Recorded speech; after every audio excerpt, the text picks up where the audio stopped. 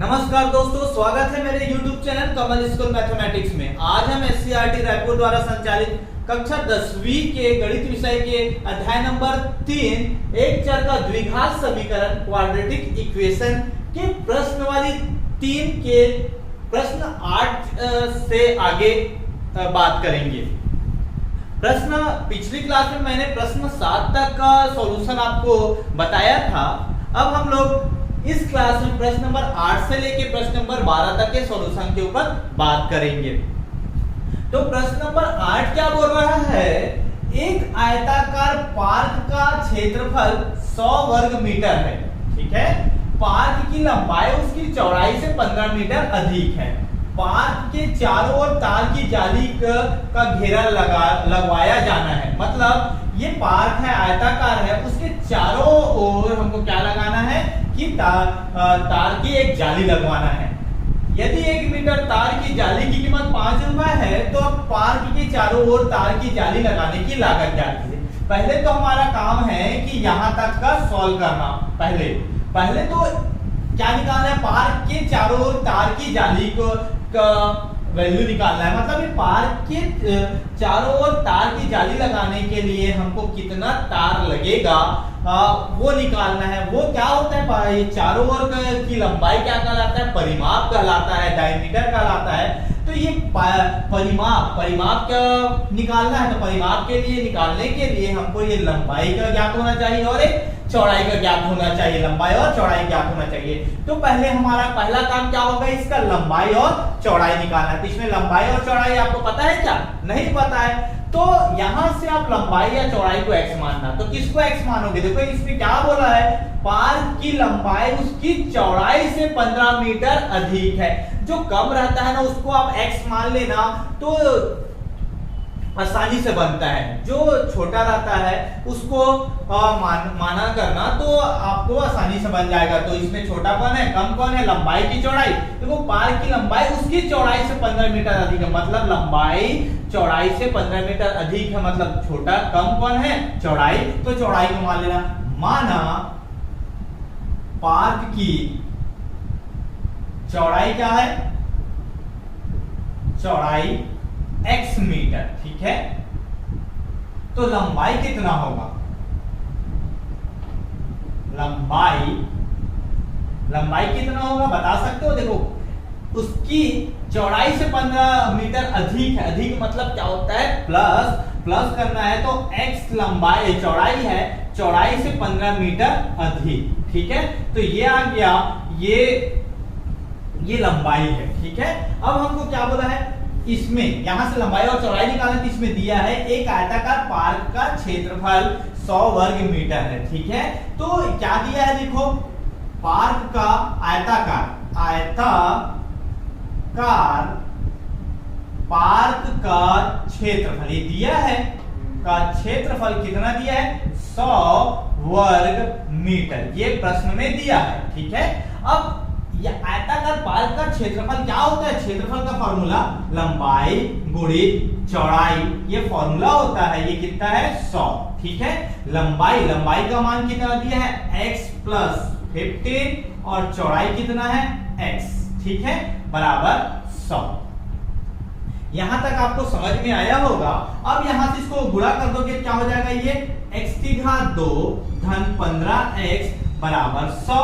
ठीक है, अब ये 100 इधर प्लस है, इधर आएगा तो क्या हो जाएगा, माइनस। तो x² + 15x और -100 बराबर 0। ठीक है, ये क्या बन गया, ये वर्ग समीकरण ये बन गया। अब इसको यहां से हम x का मान निकाल सकते हैं। तो कैसे निकालेंगे, हम लोग गुणनखंड विधि से सॉल्व करते हैं। इसको आप किसी भी विधि से सॉल्व कर सकते हैं। एक सूत्र विधि है, एक पूर्ण वर्ग विधि और एक गुणनखंड विधि। आपको तीनों में से जो बेस्ट लगेगा उससे आप सॉल्व कर सकते हो। सूत्र विधि को अभी मैं नहीं बताया हूं, मैं अगली प्रश्नवाली में सूत्र विधि से कैसे सॉल्व किया जाता है वर्ग समीकरण को, उसको मैं बताऊंगा। तो पहले हम इसको गुणनखंड विधि से सॉल्व करते हैं। तो गुणनखंड विधि से सॉल्व करने का क्या तरीका है, ये जो इसके सामने क्या है, कुछ नहीं, मतलब a का c के साथ गुणा होगा, मतलब 1 का 100 के साथ गुणा होगा, क्या आएगा, 100 आएगा। अब इसको हम लोग अभाज्य गुणनखंड निकालते हैं। दो पंचे 10 से 50 आया, फिर 2 दूनी 4, 2 पंचे 10, 25, 5 से जाएगा ये, 5 पंचे 25, 5 एकम 5। अब हमको 15x को दो भागों में तोड़ना है, मतलब इनका उपयोग करके 15x को दो भागों में तोड़ना है। तो कैसे लाओगे ये देखो, तो आप देख सकते हो 5 दूनी 10, 10 दूनी 20, ये 20 हुआ। अब 20 में आप 15 को 5 को घटाओगे, 5 बचा ना, 5 दूनी 10, 10 दूनी 20, 20 पे 5 को घटाओगे कितना आएगा, 15 आएगा। ठीक है, तो 20 ऋण 15 करो, सॉरी 20 ऋण 5 करोगे क्या आएगा, 15। कैसा 15 आ रहा है, प्लस 15 आ रहा है, मतलब हम सही है। ठीक है, तो एक्स स्क्वायर ये क्या आ जाएगा, plus 20x minus 5x minus 100 बराबर 0। आप देखो ये 20x में से 5x को घटाओगे तो 15x आया। इसका डिटेल रूप मैं आप लोगों को पढ़ाया हूं। ठीक है, अगर आप उसको नहीं देखे होगे तो आप उसको एक बार देखना जरूर। ये गुणनखंड विधि जब पढ़ाया हूं तो उसको पढ़ाया हूं मैं। ठीक है, कैसे इसको सॉल्व करते हैं डिटेल में हम लोग पढ़े हैं, तो मैं उस वीडियो का लिंक इस वीडियो के डिस्क्रिप्शन में दे दूंगा, अगर आप नहीं देखे होंगे तो उसको देख सकते हो। ठीक है, अब इसको कैसे सॉल्व करेंगे, देखो इन दोनों में से क्या कॉमन है, x कॉमन है, तो इन दोनों में से x कॉमन है, x को बाहर निकालेंगे तो क्या बचा, इसमें x बचा धन 20x में x को बाहर निकालोगे तो क्या बचेगा, 20। इसका मतलब क्या है, जिसको कॉमन निकालो ना उसको उन सब में भाग देते हैं। तो इसमें x का भाग दिया और इसमें भी x को भाग दिए। ठीक है, अब इसमें देखो दोनों में ऋण है, ऋण को बाहर निकाले और ये क्या है, 5 है।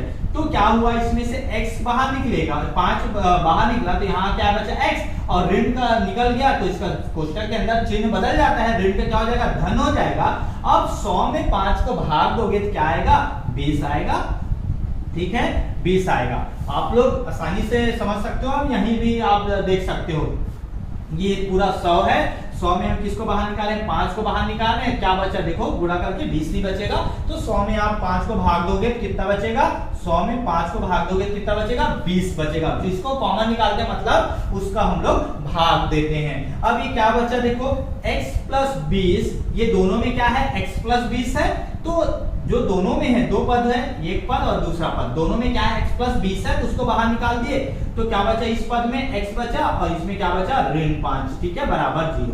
ये हो गया। अब इसको दो भागों में ये हो गया। ठीक है, यहाँ तक गुणनखंड के रूप में बदल गया। अब ये क्या हो जाएगा, x धन 20 बराबर 0 और दूसरा क्या हो जाएगा, x ऋण 5 बराबर 0। ठीक है, यहाँ पर x का मान निकालोगे क्या आएगा, ऋण 20 आएगा। ठीक है, और यहाँ पर निकालोगे x बराबर 5, ये 5 आएगा। ठीक है, आप लोग x किसको माने हैं, चौड़ाई, तो चौड़ाई का क्या आया देखो, 20 ऋण 20 आएगा कि 5 आएगा। आप लोग देखोगे तो कभी भी चौड़ाई ना कभी भी निगेटिव नहीं हो सकता, मतलब ऐसा लिख सकते हो x नॉट इक्वल टू ऋण 20, मतलब x ऋण 20 नहीं हो सकता, क्योंकि चौड़ाई कभी भी ऋणात्मक नहीं हो सकता, ठीक है, नहीं हो सकता, मतलब ऋण चौड़ाई माइनस हो ही नहीं सकता। तो चौड़ाई क्या आया, चौड़ाई x माने थे, x का मान क्या आया, 5, तो चौड़ाई क्या हो जाएगा, 5 होगा। ठीक है, तो इसमें क्या लिखोगे, चौड़ाई क्या आया, x है, तो x बराबर 5 मीटर आया। ठीक है, 5 मीटर, x का मान 5 निकला, तो लंबाई कितना होगा, लंबाई देखो x धन 15, x धन 15 मतलब 5 धन 15 बराबर कितना आया, 20 मीटर। अब चौड़ाई 5 मीटर आया और लंबाई 20 मीटर। अब हमको क्या निकालना है, पार्क के यहां तक का निकल गया। ठीक है, एक लंबाई चौड़ाई। अब इसको निकालना, पार्क के चारों ओर तार की कितना तार लगाएंगे। ठीक है, मतलब परिमाप। ठीक है, तो आप लिख सकते हो पार्क के चारों ओर, ठीक है, चारों ओर तार की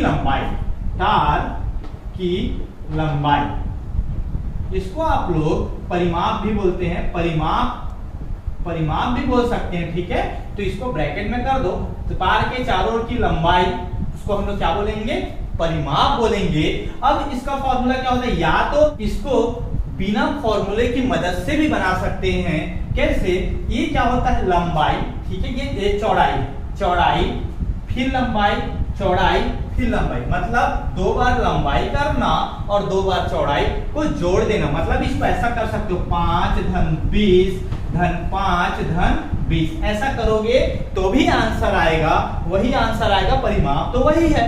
ठीक है, अगर आप सूत्र से बनाना चाहते हो तो ऐसा बना दो, 2 गुणा लंबाई धन चौड़ाई, ऐसा बना सकते हो।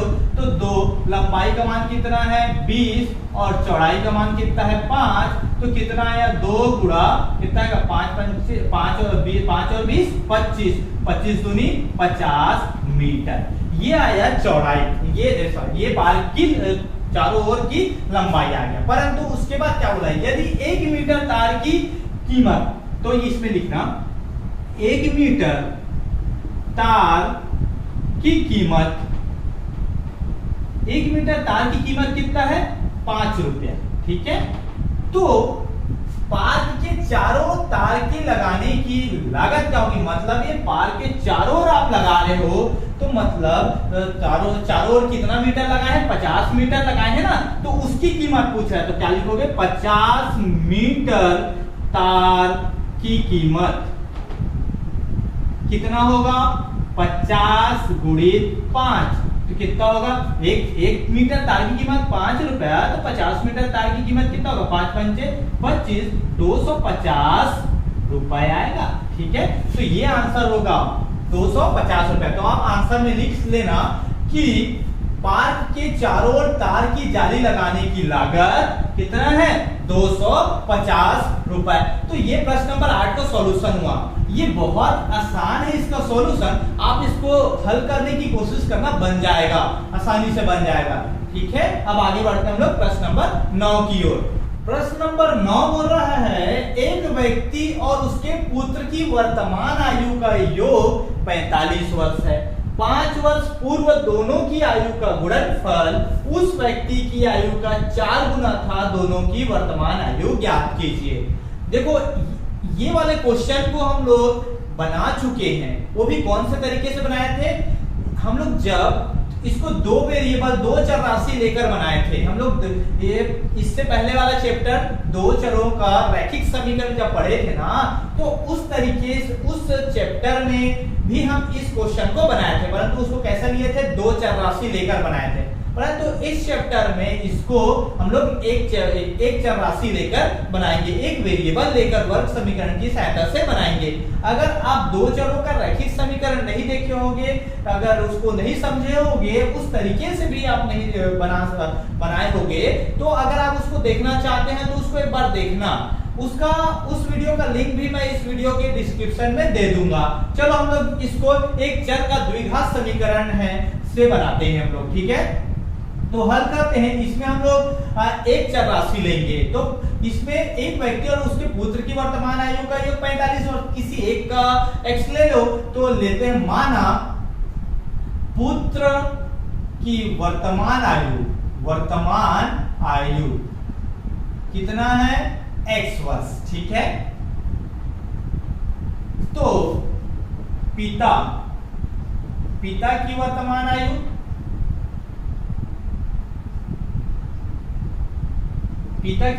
आयु कितना होगा, देखो आप लोग को बता दो, ये पिता प्लस पुत्र दोनों की आयु का योग कितना है 45 वर्ष। ठीक है, तो अगर पुत्र की आयु x है तो पिता की आयु निकालना है आपको, तो क्या होगा, ये x इधर प्लस उधर जाएगा तो माइनस होगा, तो पिता की आयु कितना होगा 45 ऋण x, तो पिता की आयु कितना होगा 45 ऋण x वर्ष। समझ में आया ये? ठीक है, अब इसके बाद क्या बोल रहा है कि 5 वर्ष पूर्व, मतलब 5 वर्ष पूर्व, 5 वर्ष पहले, 5 वर्ष पूर्व, ठीक है, पुत्र की आयु कितना रहा होगा। देखो 5 वर्ष पूर्व मतलब 5 को माइनस कर दो। ठीक है, जैसे अगर किसी का उम्र 20 वर्ष है तो 5 वर्ष पहले कितना रहा होगा 15, 5 को माइनस किए 20 में, तो उसी प्रकार इसका x है तो x में 5 को माइनस करेंगे तो x माइनस 5 वर्ष आएगा। और पिता की आयु कितना होगा, पिता की आयु पिता की आयु कितना होगा, जब पुत्र का कम होगा तो पिता का भी तो कम होगा ना 5 वर्ष पहले। तो अभी कितना है, ये 45 ऋण x है, तो 5 वर्ष पहले 5 को और माइनस करेंगे, ठीक है। तो ये कितना होगा, देखो 45 में से 5 गया, कितना होगा 40 ऋण x वर्ष आएगा, ठीक है। तो 5 वर्ष पूर्व पिता की आयु कितना है, 40 ऋण x वर्ष।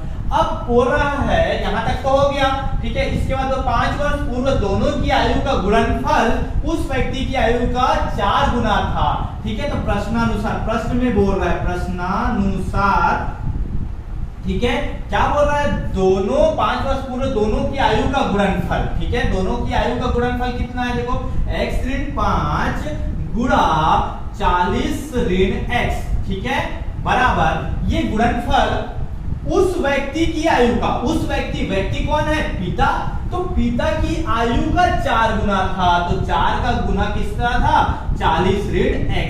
मतलब इसको एक बार और समझो कि क्या बोल रहा है, देख 5 वर्ष पूर्व दोनों की आयु का गुणनफल, इन दोनों की आयु का गुणनफल हुआ पुत्र और पिता का गुणनफल उस व्यक्ति की आयु, व्यक्ति कौन है, पिता है, पिता की आयु का 4 गुना था। तो ये जो इतना पिता की आयु है ना, उसका 4 गुना मतलब 4 का गुणा, ठीक है, 4 गुना है, ठीक है।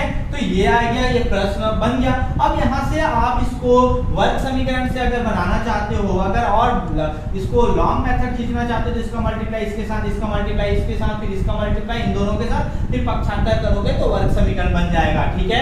परंतु ये बहुत और उससे आसानी से बन जाएगा, कैसे, ये 40 ऋण x इधर भी है, 40 ऋण x इधर भी है, तो ये 40 ऋण x 40 ऋण x कट जाएगा। अब कैसे काटेगा, आप दोनों को यहीं पर काट सकते हो। अगर नहीं काटना चाहते, देखो इधर गुणा करो, उधर जाएगा, क्या हो जाएगा, भाग करेगा। चलो मैं उसको बता दूं, x ऋण 5, ठीक है, तो इधर गुणा कर रहे हैं, इधर आएगा, क्या हो जाएगा, भाग करेगा, ठीक है।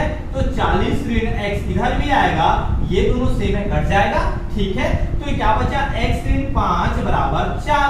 अगर आप चाहते तो यहीं काट सकते थे, ठीक है। तो जब क्यों कट रहा है आप सीख जाओगे तो ऐसे काट देना तो भी चलेगा, ठीक है। तो आया x का मान कितना है, देखो ये ऋण 5 है, उधर जाएगा तो क्या हो जाएगा, धन 5 होगा, तो x बराबर कितना आएगा, 9। तो x बराबर 9 मतलब ये आया, मतलब क्या हुआ, पुत्र की वर्तमान आयु, ठीक है, पुत्र की वर्तमान आयु कितना है, 9 वर्ष, ठीक है। तो पिता की वर्तमान आयु क्या होगा, 45 में से 9 को घटा दो, ठीक है। तो पिता की वर्तमान आयु कितना होगा, 45 ऋण कितना, 9 को घटाओ, कितना आएगा, 36, ठीक है। तो कितना आएगा, 36 वर्ष। मतलब पुत्र की आयु कितना है, 9 वर्ष, और पिता की आयु कितना आया, 36 वर्ष। तो इस तरह से आपको ये बहुत आसान है। इसको अगर चाहते हैं तो गुणा करके बनाते ना, तो वर्ग समीकरण को हल करना पड़ता है। ये तो ऐसे ही कट जा रहा था, तो वहां जाने की जरूरत ही नहीं पड़ा, ठीक है। तो आप इसको ऐसा बना सकते हो। तो ये बहुत आसान क्वेश्चन है, इसका सॉल्यूशन भी बहुत आसान है, ठीक है। इसको बनाने की कोशिश करना बन जाएगा। अब आगे बढ़ते हम लोग प्रश्न नंबर 10 की ओर। प्रश्न नंबर 10 बोल रहा है, नीलमणि की 5 वर्ष पूर्व की आयु तथा 8 वर्ष पूर्व की आयु का गुणनफल 40 है, तो नीलमणि की वर्तमान आयु ज्ञात कीजिए। तो इसको कैसे हल होगा, बहुत आसान है ये भी, कि नीलमणि की वर्तमान आयु, पहले तो जो निकाला उसको मान लो, माना नीलमणि की वर्तमान आयु, ठीक है, जो अभी चल रहा है वो आयु कितना है, x वर्ष, ठीक है। इसके बाद बोल रहा है 5 वर्ष पूर्व, तो 5 वर्ष पूर्व मतलब पहले, ठीक है, नीलमणि की आयु, नीलमणि की आयु कितना रहा होगा, 5 माइनस कर दोगे, घटा दोगे, x ऋण 5 वर्ष, ठीक है। उसके बाद क्या बोल रहा है, 8 वर्ष पूर्व, तो 8 वर्ष पूर्व निकालो, 8 वर्ष पूर्व नीलमणि की आयु, 8 वर्ष पूर्व नीलमणि की आयु कितना रहेगा, x ऋण 8 वर्ष, ठीक है। इसको आप लोग लिख लेना, 8 वर्ष पूर्व नीलमणि की आयु। अब प्रश्न के अनुसार क्या बोल रहा आएगा देखो 5 वर्ष पूर्व और 8 वर्ष पूर्व की आयु का गुणनफल 40 है। क्या होगा 5 वर्ष पूर्व मतलब x ऋण 5 और 8 वर्ष पूर्व मतलब x ऋण 8 के गुणनफल मतलब गुणा करना है, गुणनफल कितना है 40। ठीक है, तो अब इसको सॉल्व करते हैं हम लोग। क्या आएगा देखो, इसका मल्टीप्लाई इन दोनों के साथ, फिर इसका मल्टीप्लाई इन दोनों के साथ, इसका मल्टीप्लाई इन दोनों के साथ होगा कितना होगा x² और इसका इसके साथ होगा ऋण 8x। ठीक है, ये तो x का मल्टीप्लाई इन दोनों के साथ हो गया। अब इसका मल्टीप्लाई ऋण 5 का x के साथ होगा तो ऋण 5x आएगा और ऋण 5 का ऋण 8 के साथ होगा तो 5 अट्ठे 40 मतलब प्लस 14, 5 अट्ठे 40। ठीक है, ठीक है, अब आप सॉल्व करते हैं, ये क्या हो जाएगा x² ऋण 8x और ऋण 5x दोनों जुड़ जाएगा, कितना होगा ऋण 8 5 13x। ठीक है, अब ये देखो 40 को इधर ले आओ तो धन 40 है, इधर आएगा क्या हो जाएगा ऋण 40 बराबर क्या हो जाएगा 0। ठीक है, अभी क्या हो जाएगा देखो x² ऋण 13x और ये दोनों क्या हो जाएगा माइनस, ये क्या हो जाएगा घट जाएगा, कितना आएगा 0 बराबर 0 आया। ठीक है, अब इसको सॉल्व करेंगे, वर्ग समीकरण इसको आसानी से सॉल्व कर सकते हैं। दोनों में से क्या कॉमन है x, तो x को बाहर निकालो, क्या बचा x ऋण 13। ठीक है, बराबर ये 0। ठीक है, तो इसमें सॉल्व किए करोगे तो x बराबर क्या आएगा 0 आएगा और एक क्या आएगा x ऋण 13 बराबर 0। ठीक है, तो आप लोग देख सकते हो किसी का उम्र 0 वर्ष होगा क्या, नहीं होगा। ये तो 5 वर्ष पूर्व की भी बात कर रहे हैं और 8 वर्ष की बाद की भी पूर्व की बात कर रहे हैं, मतलब ये तो 0 नहीं हो सकता।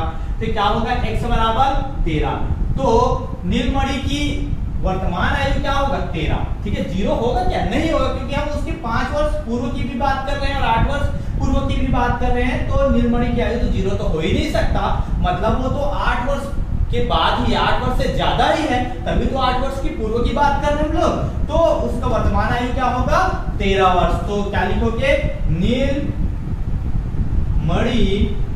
की वर्तमान आयु कितना है 13 वर्ष है। ठीक है, ये आएगा, ये नहीं आएगा, समझ में आया।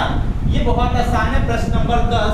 अब हम लोग आगे बढ़ते हैं प्रश्न नंबर 11 की ओर। प्रश्न 11 बोल रहा है, कुछ विद्यार्थियों ने पिकनिक में जाने की योजना बनाई, उन्होंने भोजन पर व्यय के लिए 480 रुपए इकट्ठा किए, मतलब व्यय मतलब होता है खर्च, खर्च के लिए कितना 480 रुपए इकट्ठा किए, लेकिन उनमें से 8 विद्यार्थी पिकनिक में नहीं जा पाए, जिससे प्रत्येक विद्यार्थी को भोजन पर व्यय के लिए 10 रुपए अधिक देना पड़ा।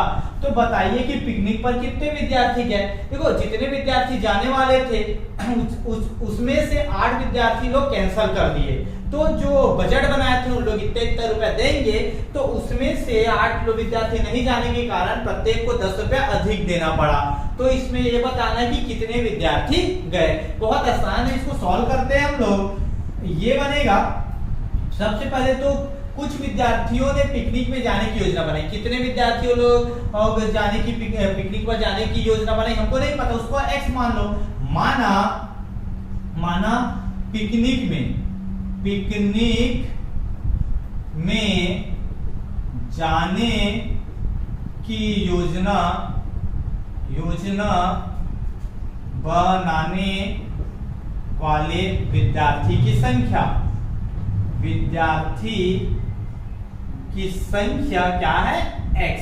मान लो कितने विद्यार्थी लोग गए x विद्यार्थी लोग। ठीक है, अब क्या किए x विद्यार्थी लोग कितना रुपए इकट्ठा किए व्यय के लिए 480 रुपए, तो क्या हो जाएगा x विद्यार्थी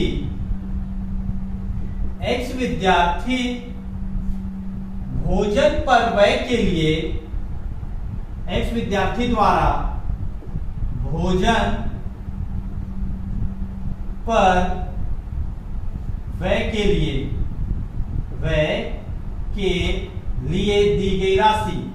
दी गई राशि। ठीक है, कितने रुपए इकट्ठे किए सब लोग मिला के 480 रुपए। ये मैं कुछ नहीं किया, ये प्रश्न है उसी को। यहां तक देखो x विद्यार्थी लोग योजना बनाए, तो x विद्यार्थी लोग कुल मिला के कितना रुपए इकट्ठा किए 480 रुपया।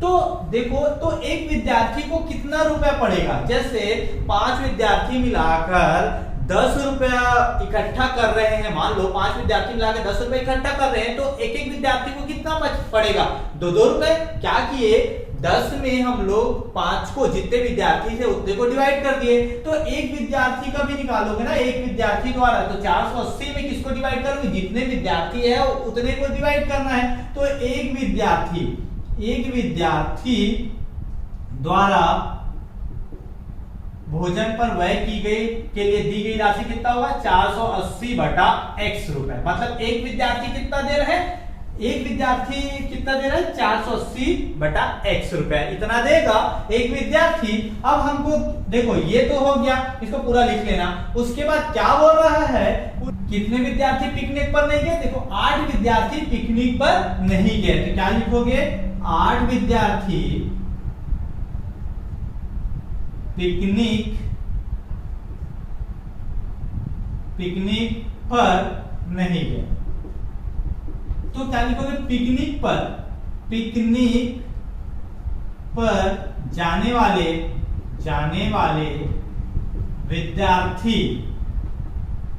विद्यार्थी की संख्या। ठीक है, इसमें आप लोग बता सकते हो कि कितने विद्यार्थी पिकनिक पर गए। x विद्यार्थी थे शुरू में योजना बनाए, परंतु 8 विद्यार्थी मना कर दिए, तो पिकनिक पर कितने विद्यार्थी गए, कितना गए, x ऋण 8 को घटा दो, तो इतने विद्यार्थी पिकनिक पर गए। तो ठीक है, तो क्या होगा, अब x ऋण 8 विद्यार्थी गए, x ऋण 8 विद्यार्थी, ठीक है, विद्यार्थी द्वारा, ठीक है, भोजन पर व्यय के लिए दी गई राशि, कितना राशि दिया था उस समय, 480 बटा कितना, 480 रुपए। ठीक है, कितना रुपए दिया, देखो आप लोग ये देख सकते हो, 480 रुपए इकट्ठा किए, सब लोग इकट्ठा किए, यहां पर x विद्यार्थी थे, सबको मिला के कितना इकट्ठा किए, 480 रुपया। ठीक है, तो एक विद्यार्थी का निकाल लिए। उसके बाद 8 विद्यार्थी लोग नहीं गए, तो 8 विद्यार्थी लोग नहीं गए, तो कुल विद्यार्थियों की संख्या, जितने लोग गए कितना आएगा, x ऋण 8 विद्यार्थी, तो x ऋण 8 विद्यार्थी मिलाकर कितना रुपया जमा कर रहा है, 480 रुपया ही जमा कर रहा है। ठीक है, तो एक विद्यार्थी द्वारा भोजन पर दी गई राशि कितना होगा, 480 बटा क्या आएगा, x ऋण 8। इस बार विद्यार्थियों की संख्या कितना है, x ऋण 8, तो ये आएगा। ठीक है, तो इतना एक विद्यार्थी द्वारा दी गई रुपए इतना है। ठीक है, समझ में आया यहां तक। अब प्रश्नानुसार, ठीक है, प्रश्नानुसार क्या बोल रहा है, देखो यहां पर 480, एक विद्यार्थी कितना दे रहा है, 480 बटा x ऋण 8 रुपए दे रहा है। और इससे पहले जब सबके सब जा रहे थे, कितना दे रहा था 480 बटा x, इतना रुपए दे रहा था वो। ठीक है, पहले अभी क्या कर रहा है कि जो अभी जा रहा है वो कितना दे रहा है, 480 बटा x रुपए प्रत्येक विद्यार्थी दे रहा है, और पहले कितना दे रहा था, 480 बटा x रुपए दे रहा था। ठीक है, परंतु क्या बोल रहा है, देखो इतने लोग नहीं गए, तो जिससे प्रत्येक विद्यार्थी को भोजन पर व्यय के लिए 10 रुपए अधिक देना पड़ा। तो इसमें देखो, इसका मतलब क्या है, इन लोग 10-10 रुपया, इससे 10 रुपया अधिक दिए हैं, ये वाले लोग दिए हैं, इसमें बोल रहा प्रश्न में, जिससे विद्यार्थी भोजन पर व्यय के लिए 10 रुपया अधिक दिया, तो ये एक विद्यार्थी है जो 10-10 रुपया अधिक दिया, मतलब ये +10 पहले दे चुका है, तो ये +10 इधर है, तो हमको ये समीकरण बनाना है। समीकरण बराबर करने के लिए 10 को इधर जोड़ना पड़ेगा, तभी तो बराबर होगा। इसमें बता दिया गया है कि 10 रुपया अधिक दिया है, तो इधर हमको क्या करना पड़ेगा, बराबर करने के लिए 10 रुपए इधर भी जोड़ना पड़ेगा। इधर जोड़ चुके हैं हम लोग पहले से, तो इधर भी 10 को जोड़ना पड़ेगा। तो ठीक है, अब इसको सॉल्व करते हैं हम लोग। ये इधर प्लस है, इधर आएगा क्या हो जाएगा, माइनस। तो 480 बटा x ऋण 8 ये आएगा ऋण 480 बटा x बराबर 10। ये आपको बस ये सीखना है कि समीकरण कैसे बनाना है, ठीक है। उसके बाद तो पूरा सॉल्व हो जाएगा। इन दोनों में देखो 480 कॉमन है, उसको बाहर निकाल दो।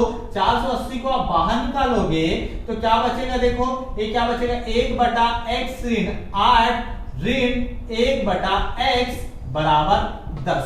तो यहां से आप तो 480 को बाहर निकाल दिए तो 1 बचा, इसमें भी 1 बचा। अब इसको सॉल्व करेंगे तो कैसे आएगा, देखो 480 अब इसको सॉल्व कैसे करते हैं, x का गुणा इधर कर दो, x ऋण 8 का गुणा इधर कर दो और नीचे नीचे का गुणा।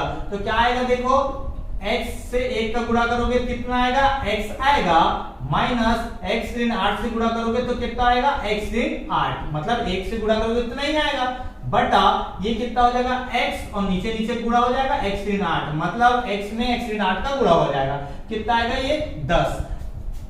ठीक है, तो इसको मैं उधर एक बार और लिख देता हूं, उसके बाद बताता हूं क्या आया 480। ठीक है, ये सॉल्व होगा तो देखो ये x है, ठीक है, x ये माइनस के इससे मल्टीप्लाई होगा माइनस होगा, माइनस का माइनस से मल्टीप्लाई होगा तो प्लस होगा, तो माइनस x प्लस क्या आ जाएगा 8। ठीक है, ये 8 आया और नीचे नीचे का गुणा। ठीक है, इसका गुणा x का x के साथ गुणा होगा तो x की घात 2 आएगा और x का ऋण 8 के साथ होगा तो ऋण 8x आएगा। तो क्या आएगा, x की घात 2 ऋण 8x। ठीक है, बराबर बराबर कितना है 10।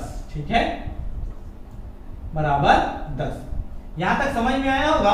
अब ये क्या हो जाएगा 480 ये x x कैंसल गुणा क्या हो जाएगा 8 और बटा ये 8 हो गया और उसके नीचे भी ये आ गया x ऋण की घात 2 ऋण 8x बराबर 10।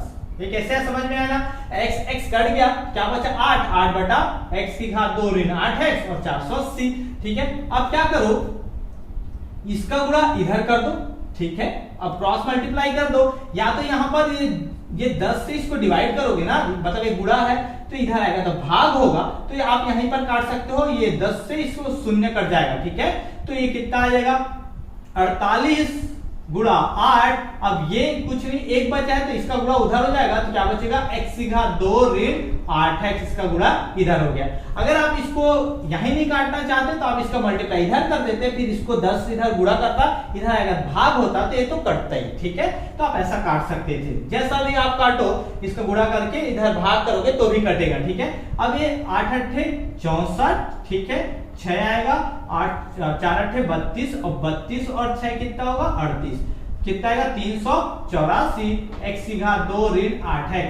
अब क्या करना है हमको, वर्ग समीकरण बनाना है तो 384 को उधर पक्षांतर कर दो, क्या बचेगा देखो इसको इधर लिख देता हूं x की घात 2 ऋण 8x और ये उधर जा रहा है क्या हो जाएगा ऋण 384 बराबर 0। ये वर्ग समीकरण हो गया। ठीक है, इधर इसको उधर भेजिए तो ये प्लस का माइनस हुआ, इधर 0 बचा, तो ये समीकरण को हम लोग क्या किए पलटा दिए, बाया पक्ष को दाया पक्ष बना दिया, दाया पक्ष को बाया पक्ष, तो भी कोई फर्क नहीं पड़ता। अब इसको सॉल्व करते हैं, कैसे सॉल्व करते हैं देखो 384 को पहले आप तो अभाज्य गुणनखंड निकालो, कितना आएगा 2 दूनी 4 2 1 का 2 और एक आया 2 दूनिया 18 2 दूनी 4, फिर 2 से 2 2 18 फिर 2 छक्के 12। ठीक है, फिर 2 से जाएगा 2 चौक 8 2 अट्ठे 16, फिर 2 से जाएगा 2 दूनी 4।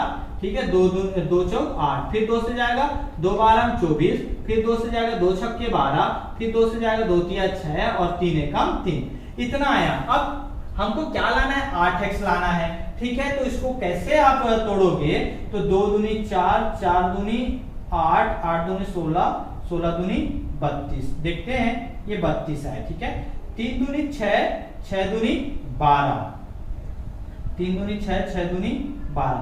अब 32 में 12 घटाओगे तो आएगा क्या, नहीं आएगा। ठीक है, तो ये 8 नहीं आ रहा है तो हमको और आगे कोशिश करना है। 3 दूनी 6 6 दूनी 12 12 दूनी 24 24 दूनी 48, 24 दूनी यहाँ 48 आया और ये कितना है 2 दूनी 4 4 दूनी 8, तो 48 में अगर 8 को भी घटाओगे 40 आएगा। हमको कितना लाना है 8 लाना है, तो और कोशिश करो 3 दूनी 6 6 दूनी 12, इतना 12 आया।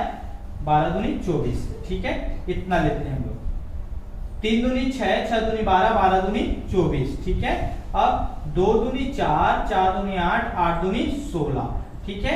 ये इतना क्या गुणा किया कितना है 16 आया। 2 दूनी 4, 4 दूनी 8, 8 दूनी 16 और ये 3 दूनी 6, 6 दूनी 12 और 12 दूनी 24, तो ये 24। तो 16 में से 24 गया, तो देखो 16 में से 24 गया तो कितना आएगा 8 आएगा ना।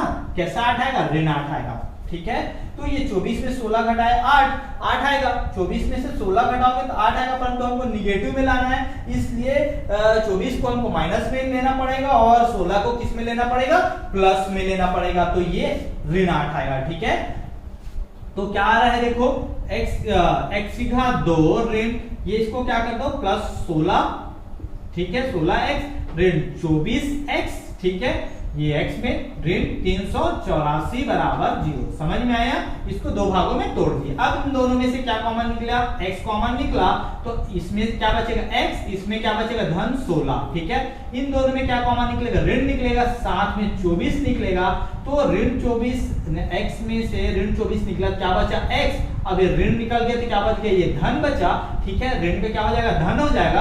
अब 384 में 24 को भाग दोगे कितना आएगा, 16 आएगा। आप लोग देख सकते हो किसको 24 को भाग देना, हम लोग इतने को भाग दे रहे हैं हम लोग 24 को, क्या बचा 2 दूनी 4, 4 दूनी 8, 8 दूनी 16।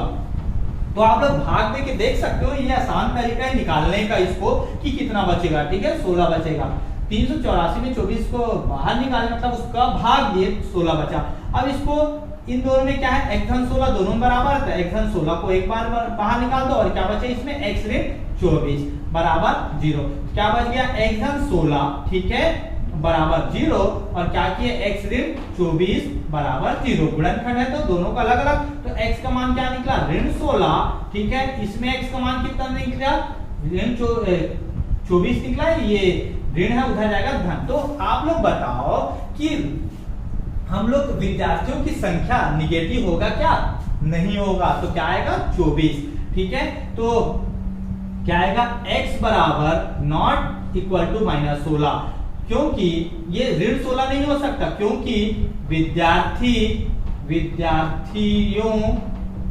की संख्या क्या नहीं हो सकता, ऋणात्मक संख्या ऋणात्मक नहीं हो सकता, ठीक है, नहीं हो सकता।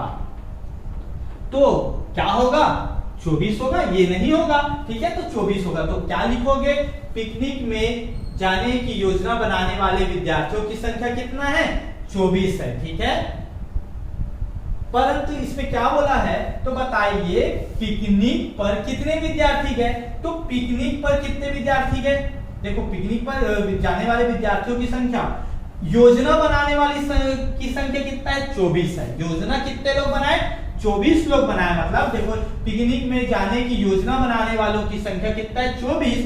परंतु इसमें क्या पूछा, पिकनिक पर कितने विद्यार्थी गए, तो पिकनिक पर जाने वाले विद्यार्थियों की संख्या क्या है, x ऋण 8। तो पिकनिक कितना होगा, पिकनिक पर जाने वाले विद्यार्थियों की संख्या कितना होगा, जितना x ऋण 8। तो 24 में से आप किसको घटाओगे, 8 को घटाओगे ना, कितना आएगा 16। कितने लोग गए पिकनिक पर, 16 विद्यार्थी गए। समझ में आया ना, योजना तो 24 लोग बनाए, परंतु गए कितने, 16 लोग। तो ये बहुत आसान क्वेश्चन का है, इसका सॉल्यूशन भी बहुत आसान है, आप लोग बना सकते हो। अब हम लोग इस प्रश्नवाली की आखिरी क्वेश्चन की ओर आगे बढ़ते हैं, प्रश्न नंबर 12 उसको बताता हूं, उसके बाद इस प्रश्नवाली को खत्म करते हैं। प्रश्न 12 बोल रहा है, कक्षा 10वीं की टेस्ट परीक्षा में कमल के अंग्रेजी और गणित विषयों के प्राप्तांकों का योग 40 है। यदि गणित विषय में उसके प्राप्तांक पहले की तुलना में 3 अधिक और अंग्रेजी विषय में प्राप्तांक पहले की तुलना में 4 कम हो जाए तो उसके दोनों विषयों के प्राप्तांकों का गुणनफल 360 हो जाता है। तो गणित और अंग्रेजी में कमल के प्राप्तांक ज्ञात कीजिए। बहुत आसान है ये, इसको सॉल्व करते हैं बारी बारी, मतलब इसको थोड़ा थोड़ा पार्ट में करके सॉल्व। देखने में तो क्वेश्चन बहुत बड़ा लग रहा है, परंतु इसको पार्ट में आप सॉल्व करो तो बहुत आसानी से सॉल्व हो जाएगा। देखो सबसे पहले क्या निकालना है, गणित और अंग्रेजी में कमल के प्राप्तांक। तो इसी को x मान लेना, माना गणित में, गणित विषय में कमल का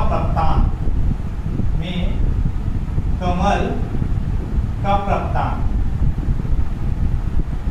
कितना है गणित विषय में x मान लो, ठीक है। x में गणित विषय में x मिला तो अंग्रेजी विषय में कितना मिलेगा, अंग्रेजी विषय में प्राप्तांक कितना मिलेगा। आप लोग देखो क्या बोल रहे हैं, अंग्रेजी और गणित विषयों के प्राप्तांकों का योग 40 है, तो अंग्रेजी में क्या मिलेगा, 40 ऋण x होगा ना, ठीक है। गणित में क्या है, x है, तो अंग्रेजी में कितना मिलेगा। देखो ये मैथ और ये इंग्लिश दोनों का मिला के कितना हो रहा है, 40 हो रहा है। तो मैथ का अगर x है तो इंग्लिश का निकालना है आपको, तो इंग्लिश का क्या हो जाएगा, ये 40 इधर x धन है उधर जाएगा, क्या हो जाएगा ऋण, तो 40 ऋण x आएगा ना, तो ये इंग्लिश का है, ठीक है। तो 40 ऋण x। उसके बाद क्या हो रहा है, यदि गणित विषय में उसके प्राप्तांक पहले की तुलना में 3 अधिक हो जाए, ठीक है, तो पहले की तुलना में लिखते, तो पहले की तुलना में, ठीक है, किसमें, गणित विषय में कितना हो जाता है, 3 अधिक, 3 अधिक, ठीक है। 3 अधिक होता है तो कितना होगा, गणित विषय में उसको x मिला था तो उसमें कितना हो जाएगा, 3 अधिक, तो 3 प्लस करेंगे ना, इतना अंक प्राप्त हुआ, ठीक है। उसके बाद तो अंग्रेजी विषय में प्राप्तांक पहले की तुलना में 4 कम हो जाएगा, तो अंग्रेजी विषय में कितना हो जाएगा, 4 कम हो रहा है, मतलब x ऋण 4, ठीक है, समझ में आया। x ऋण 4 नहीं आएगा, अंग्रेजी विषय में कितना था उसके पास, 40 ऋण x था, 40 ऋण x था, परंतु इसमें उसको क्या कम हो रहा है, 4 कम हो रहा है। अंग्रेजी में जितना मिला था उसमें कितना हो रहा है, 4 कम हो जा रहा है। कितना आएगा ये, 40 में से 4 गया, 36 ऋण x, ठीक है, ये अंक है, ठीक है, इतना अंक प्राप्त हुआ, इसको भी इतना 36 ऋण x अंक प्राप्त हुआ। समझ में आया यहाँ तक, बहुत आसान है ये, यहाँ तक तो प्रश्न बोला है वैसा वैसा किया हूं। उसके बाद क्या है, उसके दोनों विषयों के प्राप्तांकों का गुणनफल। अब प्रश्नानुसार प्रश्न में क्या बोल रहा है, दोनों विषयों के प्राप्तांकों का गुणनफल, मतलब इसका और इसका गुणनफल कितना है बोल रहा है, 360 हो जाता है, ठीक है। कितना हो जाएगा, देखो x धन 3 और 36 ऋण x का गुणनफल कितना हो जा रहा है, 360। ये प्रश्न में दिया है। अब इसको सॉल्व करते हैं हम लोग, तो इसका गुणा इन दोनों के साथ, तो इसका गुणा इन दोनों के साथ, इसका गुणा इधर इसके साथ होगा 36x आएगा, ठीक है, फिर इसका गुणा इसके साथ होगा ऋण x की घात 2 आएगा, इसका तो गुणा हो गया x का, अब 3 का गुणा होगा, 3 का गुणा 36 के साथ होगा, कितना होगा, 6 तिया 18, 3 तिया 9 और 10, 108, और प्लस 3 का माइनस x के साथ होगा तो माइनस 3x आएगा बराबर 360। तो एक काम करते हैं, x की घात 2 इधर नेगेटिव में सबको उधर पक्षांतर कर देते हैं, पॉजिटिव कर देते हैं, ठीक है। तो इधर ये 0 हो गया, इधर क्या आएगा 360, ठीक है, ऋण का हो जाएगा धन x की घात 2, ठीक है। अब यहाँ पर इसको और सॉल्व कर सकते हो, चलो इसको लिख देता हूँ, ऋण 36x और ये ऋण का क्या हो जाएगा धन 3x और ये 108 धन में इधर आएगा तो ऋण 108, ठीक है। अब ये इसको हम लोग पलटा देते हैं, ठीक है, तो पलटाएंगे तो क्या आएगा, 0 को उधर ले जाओ, इसको इधर सब, तो क्या हो जाएगा, देखो x की घात 2 जो मानक रूप में लिखेंगे। और 36x और 3x दोनों क्या है, एक माइनस में है, प्लस में जुड़ेगा कि घटेगा, घटेगा। तो 36 में से 3 गया, कितना है, ऋण 33x। समझ में आया। अब ये देखो 360 में 108 को घटा दो, तो ये प्लस में है माइनस में, किस में आएगा, प्लस में आएगा। और क्या आएगा देखो, 10 में से 8 गया 2, ठीक है, और ये 5 में से 0 गया तो 5, मतलब 5 में से 0 गया तो 5, ठीक है। अब ये 3 में से 1 गया 2, 252, ये आ गया बराबर 0, ठीक है। यहां तक समझ में आया होगा कि 252 आया। इसमें 360 में आप 108 को घटाओ तो 252 आएगा, ठीक है। अब क्या करेंगे, इसको, ये वर्ग समीकरण बन गया, ठीक है, वर्ग समीकरण बना है। यहां पर मैं आप लोग को समझाने के लिए पूरे का पक्षांतर किया। आप लोग इस स्टेप को ना लिख के डायरेक्ट इस स्टेप को लिख सकते हैं। आप लोग डायरेक्ट, आप लोग जीरो को इधर ना लिख के बराबर जीरो कर सकते हैं। आप लोग कंफ्यूज मत हो बोल के मैं एक बार आपको पलटाया उधर और ट्रांसफर किया, उसके बाद बाया पक्ष को दाया पक्ष और दाया पक्ष को बाया पक्ष किया, लेफ्ट हैंड साइड को राइट हैंड साइड और राइट हैंड साइड को लेफ्ट हैंड साइड। आप डायरेक्ट कर सकते हैं, जैसे मैं पिछला क्वेश्चन में डायरेक्ट किया था ना, आप वैसे ही करना। बाकी आप लोगों को समझाने के लिए मैं ऐसा किया हूं, और ऐसा किए तो भी कोई गलती नहीं है और अच्छी बात है, ठीक है। अब ये 252 है, 252 को हम लोग कैसे वर्ग समीकरण को हल करेंगे, 252 को तोड़ेंगे, ठीक है। 252 तोड़े, 2 एकम 2, 2 दूनी 4 और ये कितना आएगा, 2 छक्के 12, फिर 2 पंचे 10, 2 छक्के 12, 2 तिया 6। अब ये 3 से जाएगा, 3 दूनी 6, 3 एकम 3, फिर ये 3 सत्ते 21 और 7 एकम 7। हमको कितना लाना है, ऋण 33 लाना है। तो आप लोग तोड़ोगे तो 2 दूनी 4 और 4 तिया 12, ये 12 आया, 7 तिया 21, ये 3 सत्ते 21। तो अगर 21 और 12 को जोड़ोगे कितना है, 33 आ रहा है, ठीक है। परंतु हमको कैसा लाना है, ऋण 33 लाना है। तो कितना, इसको दोनों को ऋण में कर दो, ऋण 12 ऋण 21, ठीक है। तब आ जाएगा, कितना आ जाएगा, ऋण 33। समझ में आया, ऋण 33 कैसे आया, आप लोग तोड़ के कोशिश करना तो बन जाएगा, ठीक है। x की घात 2, ये ऋण 33 को 2 पदों में कैसे तोड़ेंगे, ऋण 12x और क्या आएगा, ऋण 21x, ठीक है। इसको तोड़ दिए, धन 252 बराबर 0। इसमें से आप किसको कॉमन ले सकते हो, इन दोनों में से कॉमन क्या निकलेगा, x कॉमन निकले, क्या बचा, x बचा, इसमें से क्या बचा, ऋण 12, ठीक है। अब इसमें से ऋण तो लोगे ही, अब इन दोनों में से क्या कॉमन है, 21 कॉमन है, ठीक है। तो ऋण को जब बाहर निकालोगे तो ये 21 को बाहर निकाल रहे हैं तो यहाँ पर क्या बचा, x बचा, और ऋण को बाहर निकाले तो धन में क्या हो जाएगा, ऋण हो जाएगा।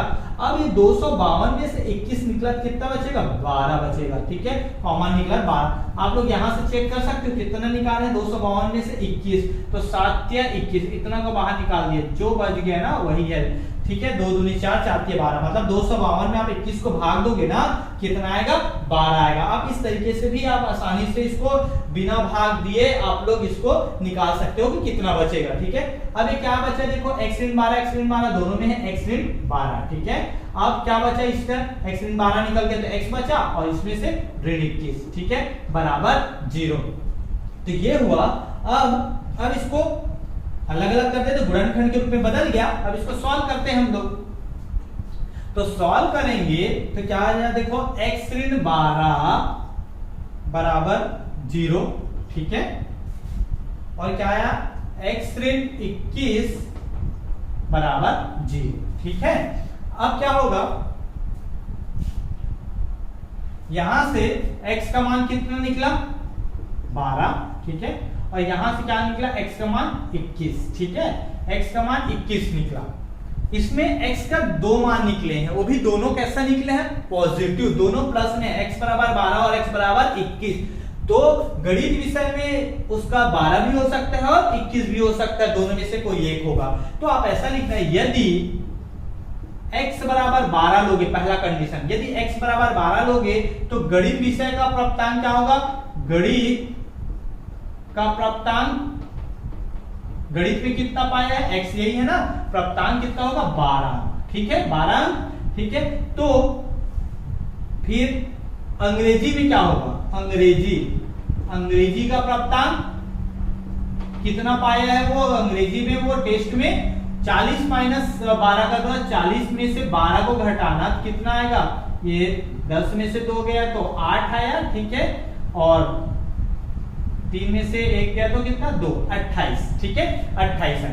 तो आप लोग अगर वो x बराबर 12 लोगे तो गणित में कितना पाएगा, वो 12 और अंग्रेजी में 28।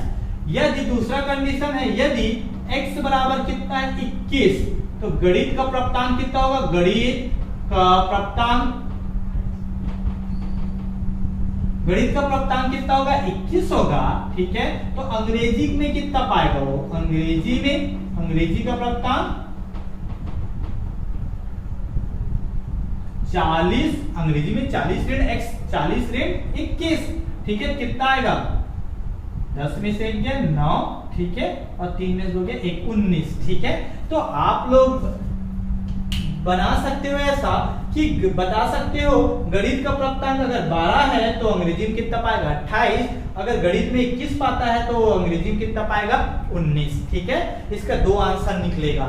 ये बहुत आसान है, आप लोग इसको बनाकर देखिए, बहुत आसानी से बन जाएगा, मुझे उम्मीद है, ठीक है। अब ये प्रश्न वाली 3 यहाँ पर कंप्लीट होता है। हम लोग नेक्स्ट क्लास में हम लोग प्रश्न वाली 4 के ऊपर बात करेंगे। अगर आपको ये समझ में आया होगा तो लाइक कीजिए और अपने दोस्तों तक शेयर कीजिए ताकि उनको भी इसका लाभ मिल सके। साथ ही साथ मेरे चैनल में अगर नए हैं, अभी तक सब्सक्राइब नहीं किए हैं तो सब्सक्राइब कर दीजिए ताकि जब भी मैं वीडियो अपलोड करूं तो आप लोग तक पहुंच सके।